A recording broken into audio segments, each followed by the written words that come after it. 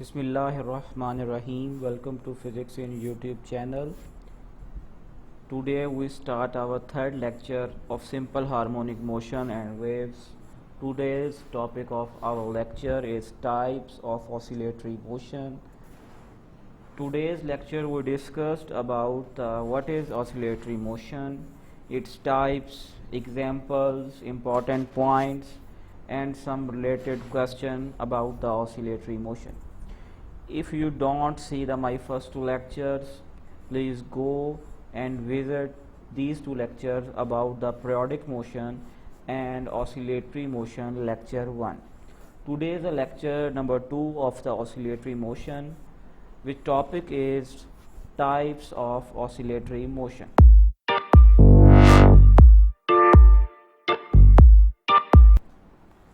So we discussed the types of oscillatory motion.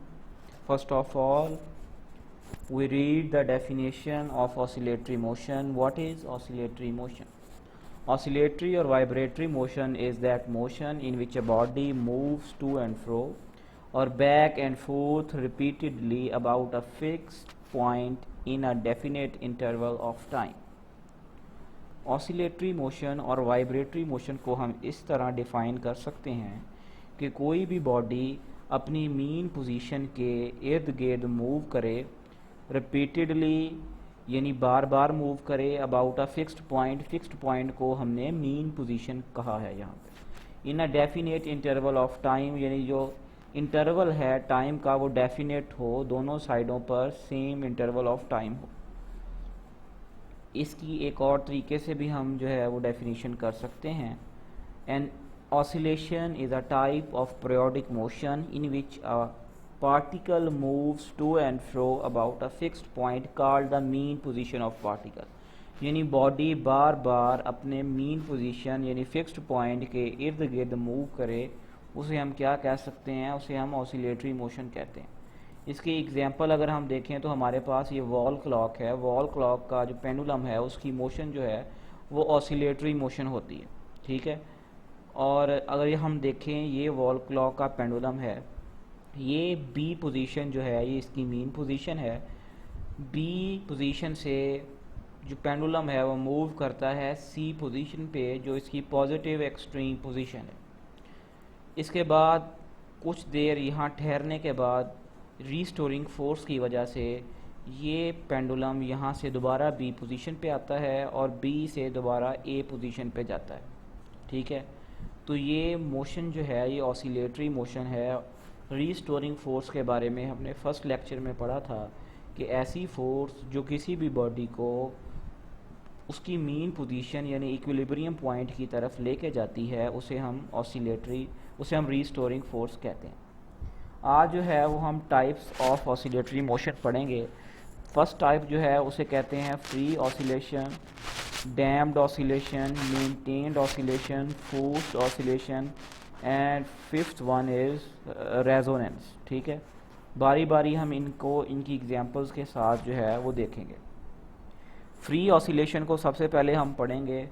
Free oscillation की जो definition है वो है when a body vibrates with its own natural frequency it is said to execute free oscillation. कहता है कि अगर बॉडी जो है वो अपनी नेचुरल फ्रीक्वेंसी के साथ जो है वो मूव करे, ठीक है, वाइब्रेट करे अपनी मीन पोजीशन के इर्द गिर्द, तो उसे हम क्या कहते हैं? उसे हम कहते हैं कि वो फ्री ऑसिलेशन है, ठीक है। फ्री ऑसिलेशन जो है वो डिपेंड करती है इनर्शियल फैक्टर या स्प्रिंग फैक्टर पे। हमने जो है वो स्प्रिंग जो का टाइम पीरियड निकालने का जो फॉर्मूला था वो पढ़ा था, T is equal to pi, ठीक है, square root m over k। और यहाँ जो फ्रीक्वेंसी का फॉर्मूला है उसके रेसिप्रोकल है, यानी 1 over 2 pi square root k over m। जो फ्री ऑसिलेशन होती है उसका एम्पलीट्यूड चूँकि कांस्टेंट होता है और ये जो है एक्सटर्नल फोर्स के बगैर ऑसिलेशन जो है, यानी इस पर एक्सटर्नल फोर्स नहीं लगती, ठीक है। तो आइडियली जो फ्री ऑसिलेशन है वो डैम्पिंग में नहीं जाती, लेकिन हमारे चूँकि नेचुरल सिस्टम में आइडियल कंडीशन एग्जिस्ट नहीं करती, इसी जो एक्सटर्नल फोर्स है वो जो है वो हमें इसमें फेस करनी पड़ती है सम एक्सटर्नल एजेंट की तरफ से, ठीक है। तो उसके लिए हम जो है वो एक्सटर्नल फोर्स लगाते हैं ताकि उस डैम्पिंग को ओवरकम कर सकें। तो इस तरह के जो सिस्टम है उसमें एम्पलीट्यूड, फ्रीक्वेंसी और एनर्जी जो है बॉडी की वो कांस्टेंट रहती है। अच्छा, चंद एग्जांपल्स हम देखते हैं कि वाइब्रेशंस ऑफ ट्यूनिंग फोक, ठीक है, ट्यूनिंग फोक की वाइब्रेशन जो है उसकी एग्जांपल फ्री ऑसिलेशन की है। सेकंड वन है vibration in a stretch spring, mass spring system आपने पढ़ा होगा, उसकी वाइब्रेशन जो है वो भी फ्री ऑसिलेशन है। Oscillation of a simple pendulum, wall clock का जो पेंडुलम है उसकी ऑसिलेशन को आप देख लें तो वो भी फ्री ऑसिलेशन है। Air blown gently across the mouth of बोतल, इसकी मोशन जो है वो भी फ्री ऑसिलेशन है। सेकंड एग्जांपल जो है वो सेकंड टाइप जो है वो हम पढ़ने जा रहे हैं ऑसिलेशन की, वो है डैम्प्ड ऑसिलेशन। कहता है कि most of the oscillations in air और in any medium are damped. कहता है कि जो ऑसिलेशन हवा में होती है और इन एनी मीडियम, कोई भी मीडियम हम इस्तेमाल कर लें उसमें जो होती है वो डैम्प्ड ही होती है। आइडियल कंडीशन में हमारे पास फ्री ऑसिलेशन हो सकती है, लेकिन उसमें भी थोड़ी सी जो हमारे पास है डैम्पिंग वो ज़रूर होती है, क्योंकि हमारे पास आइडियल कंडीशन नहीं होती, यानी हमारे पास वैक्यूम नहीं होता। वैक्यूम में होगी तो वो फ्री ऑसिलेशन होगी क्योंकि उसमें कोई रेजिस्टिव फोर्स नहीं होगी, ठीक है। अगर किसी मीडियम में हो, एयर में हो या कोई और मीडियम ले लें, वाटर हो, कोई भी मीडियम आप लगा लें, तो उसमें जो ऑसिलेशन होगी बॉडी की उसे हम डैम्प्ड ऑसिलेशन कहेंगे। When an oscillation occurs, some kind of damping force may arise।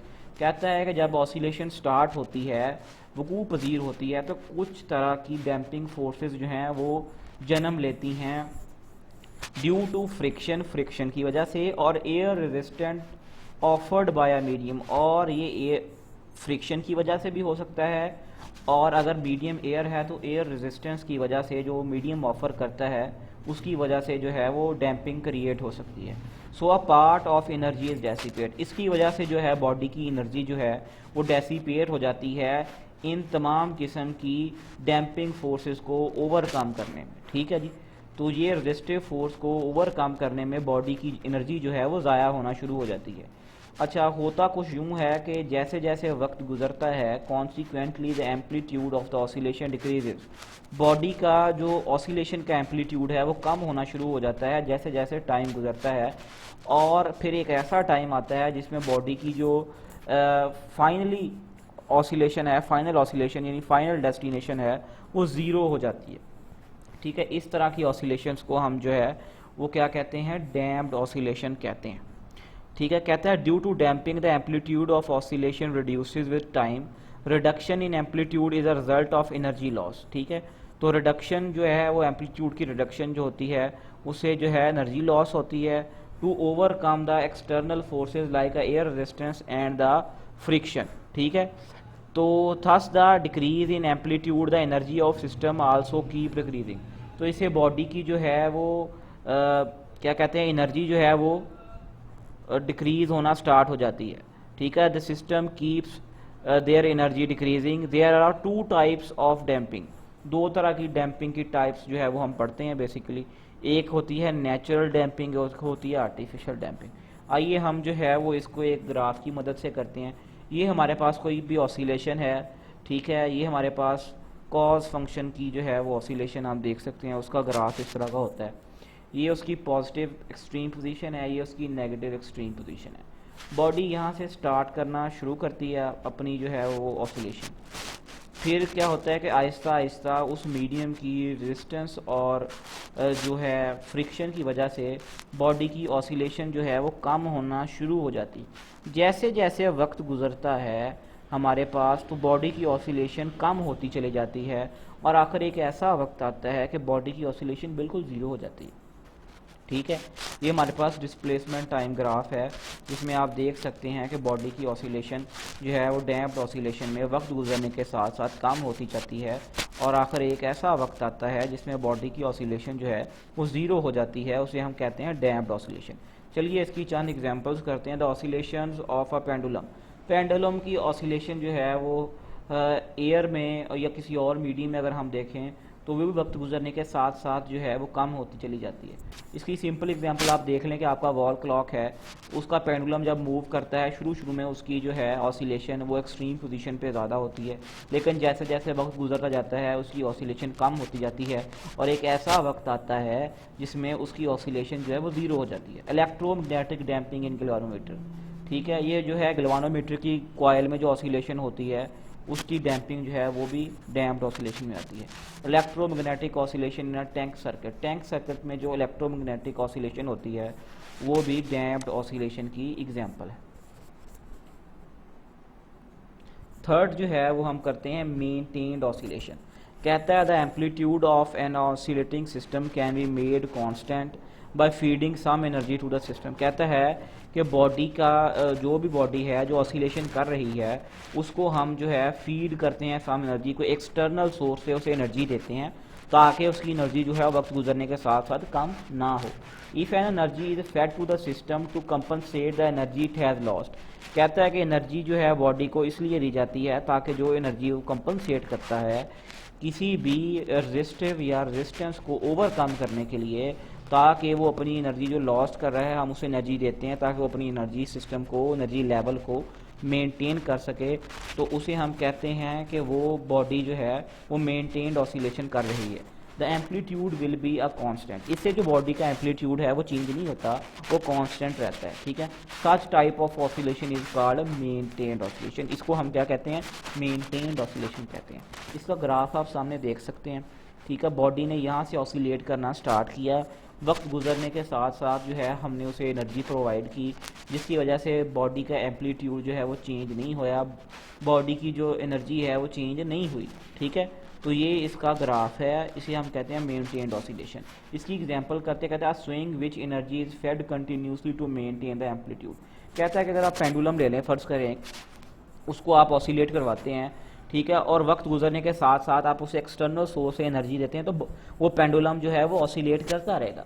वरना जो है वो एयर रेजिस्टेंस की वजह से, ठीक है, जो मीडियम है उसकी एयर रेजिस्टेंस की वजह से, फ्रिक्शन की वजह से वो पेंडुलम कुछ वक्फे के बाद जो है वो रुक जाएगा। क्यों? क्योंकि उसकी एनर्जी सारी जो है वो कंपनसेट हो जाएगी, वो जो है ख़त्म हो जाएगी, ठीक है। तो मेंटेन्ड ऑसिलेशन में हमें क्या करना पड़ता है, हमें एक्सटर्नल सोर्स से बॉडी को कुछ एनर्जी जो है वो देनी पड़ती है, ठीक है। फोर्थ जो है वो है फोर्स्ड ऑसिलेशन। कहते हैं when a vibrating body is maintained in the state of vibration, जब हम बॉडी को मेंटेन करते हैं वाइब्रेशन में by a periodic force of frequency n, कोई भी जो है वो उसे फ्रीक्वेंसी जो है पीरियोडिक फोर्स की वो एन देते हैं, other than its natural frequency of the body, the vibrations are called forced vibration. The external force is driver and body is drive. कहता है कि एक्सटर्नल सोर्स से हम जो है वो इसमें बॉडी को ऑसिलेट करवाते हैं और जो बॉडी है वो उससे ऑसिलेट करती है। The body is force to vibrate with an external periodic force. कोई भी एक्सटर्नल पीरियोडिक फोर्स जो है वो हम बॉडी को देते हैं जिसकी वजह से बॉडी जो है वो ऑसिलेशन करती है, forced oscillation. The amplitude of the forced vibration is determined by the difference between the frequencies of driver and the driven. कहता है कि जो एम्पलीट्यूड है फोर्स्ड वाइब्रेशन का वो कैसे मेजर कर सकते हैं, वो हम डिफरेंसेस निकाल सकते हैं, जो फ्रीक्वेंसी उसे हम दे रहे हैं और जिस फ्रीक्वेंसी से वो बॉडी मूव कर रही है, दोनों के दरमियान जितना डिफरेंस होगा उतना ही फोर्स्ड ऑसिलेशन का हमारे पास क्या होगा, एम्पलीट्यूड होगा, ठीक है। The larger the frequency difference, कहता है अगर हमारे पास जितना डिफरेंस फ्रीक्वेंसी का दोनों बॉडीज़ में होगा, यानी ड्राइवर में और ड्राइवन में, दोनों में, तो उतना ही smaller the amplitude of the forced oscillation, उतना ही कम जो है वो एम्पलीट्यूड होगा फोर्स्ड ऑसिलेशन का। इसकी हम एग्जांपल देखते हैं। Sound boards of string instrument execute forced oscillation. कहता है कि ऐसे जो हैं साउंड बोर्ड्स, ठीक है, उनमें जो ऑसिलेशन होती है वो क्या होती है, फोर्स्ड ऑसिलेशन होती है। Press the stem of vibrating tuning fork, tuning fork के जो स्टेम को है वो अगर हम प्रेस करें तो उसमें फोर्स्ड ऑसिलेशन होती है। Against tabla, the tabla suffers forced oscillation, तबले में भी जो है वो फोर्स्ड ऑसिलेशन होती है। फिफ्थ टाइप जो है वो हम देखने जा रहे हैं ऑसिलेटरी मोशन की, वो है resonance. In the case of forced oscillation if the frequency difference is small, कहता है कि अगर हमारे पास फोर्स्ड ऑसिलेशन में बॉडी की फ्रीक्वेंसी का ड्राइवर और ड्राइवन में दरमियान जो डिफरेंस है वो कम हो, the amplitude will be large, तो उससे एम्पलीट्यूड जो लार्ज हो जाएगा। अगर दोनों फ्रीक्वेंसीज में डिफरेंस लार्ज है तो एम्पलीट्यूड स्मॉल हो जाएगा। Ultimately when the two frequencies are same, अच्छा एक वक्त ऐसा आता है कि दोनों फ्रीक्वेंसी आपस में मैच कर जाती हैं, द एम्पलीट्यूड बिकम्स मैक्सिमम, तो उस वक्त एम्पलीट्यूड जो होता है वो मैक्सिमम होता है। This is a special case of forced vibration. If the frequency of the periodic external periodic force is equal to the natural frequency of oscillation of the system, कहता है कि आप जो एक्सटर्नल फोर्स लगाते हैं, external periodic force देते हैं body को, उसकी फ्रीक्वेंसी और जो बॉडी की ऑसिलेशन की खुद की नेचुरल फ्रीक्वेंसी है, अगर वो दोनों मैच कर जाती हैं, then the amplitude of the oscillation will be large and this is known as resonance. उसे हम क्या कहते हैं? एज रेजोनेंस कहते हैं। अच्छा, हमारे पास ये एम्पलीट्यूड और फ्रीक्वेंसी के दरमियान ग्राफ है। ये ग्राफ देख रहे हैं, ये एम्पलीट्यूड और फ्रीक्वेंसी के दरमियान ग्राफ है। शुरू में जो है ये ग्राफ बिल्कुल लो लेवल पे है, ठीक है, लेकिन आहिस्ता आहिस्ता जब दोनों की फ्रीक्वेंसीज मैच करना स्टार्ट करती हैं तो इसका एम्पलीट्यूड जो है वो लार्ज होता है। शुरू में एम्पलीट्यूड कम होता है, फिर जो जब जैसे ही डिफरेंस जो है वो स्मॉल होता जाता है तो दोनों के दरमियान जो है डिफरेंस स्मॉल होने की वजह से एम्पलीट्यूड ज़्यादा हो जाता है, तो इस फिनोमेना को हम कहते हैं रेजोनेंस। अच्छा, इसके कुछ एडवांटेजेस हैं, कुछ डिसएडवांटेजेस हैं। एडवांटेजेस ये हैं कि using the resonance frequency of a given tuning fork is determined with a sonometer, ठीक है, तो सोनोमीटर हम इस्तेमाल करते हैं इसकी फ्रीक्वेंसी जो है उसे मेजर करने के लिए। In a radio and television using tank circuit required frequency can be obtained, जो रेडियो टेलीविज़न को हम ट्यून करने के लिए एक टैंक सर्किट इस्तेमाल करते हैं, जिसकी वजह से जो है वो हम उसे ट्यून कर पाते हैं, अपनी जो भी डिज़ायर्ड फ्रीक्वेंसी है वो हासिल करते हैं। आपने पुराने ज़माने में रेडियो देखा होगा, अगर उसको हम घुमाते थे उसके नॉब को, तो जिस फ्रीक्वेंसी पे हमें आवाज़ आना शुरू हो जाती थी वो उस फ्रीक्वेंसी और रेडियो की फ्रीक्वेंसी जो है वो मैच कर जाती थी, ठीक है, तो उसी वजह से फिर वो चैनल जो है वो ट्यून्ड हो जाता था। कुछ इसके डिसएडवांटेजेस भी हैं। Resonance can disaster in the earthquake, ठीक है, तो ये अर्थक्वेक में जो है वो एक डिज़ास्टर है। If the natural frequency of building matches the frequency of periodic oscillation present in the earth, the building begins to oscillate with a large amplitude and leading the collapse. कहता है कि जब अर्थक्वेक आता है तो उसकी वजह से ऑसिलेशन ज़मीन में पैदा होती है। अगर वही ऑसिलेशन उसकी और जो हमारी जो है इमारत कोई भी है, कोई भी जो है बिल्डिंग, उसकी ऑसिलेशन दोनों मैच कर जाएँ तो उसका एम्पलीट्यूड जो है ऑसिलेशन का वो बढ़ जाता है, जिससे वो इमारत जो है वो जल्दी गिर जाती है, तो उससे काफ़ी नुकसान होता है। ये एक बहुत बड़ा disaster. A singer maintaining a note at a resonant frequency of glass can cause it shatter into pieces. आपने देखा होगा कि जैसे ही फ्रीक्वेंसी आप कोई ऐसी साउंड होती है जिसकी फ्रीक्वेंसी ग्लास की फ्रीक्वेंसी से मैच कर जाए तो उसकी वजह से एक लार्ज एम्पलीट्यूड क्रिएट होता है, ठीक है, एक शॉक क्रिएट होता है जिसकी वजह से ग्लास टूट जाते हैं। इसकी आपने एग्जांपल देखी होगी, जैसे ही बॉम्ब ब्लास्ट होता है तो बॉम्ब ब्लास्ट की वजह से ऑसिलेशंस पैदा होती हैं, उसकी ऑसिलेशन और ग्लास की ऑसिलेशन जब मैच करती है तो इमारतों के जो शीशे हैं वो टूट जाते हैं, वो भी जो है वो इसी वजह से होता है, वो भी रेजोनेंस का फिनोमेना है।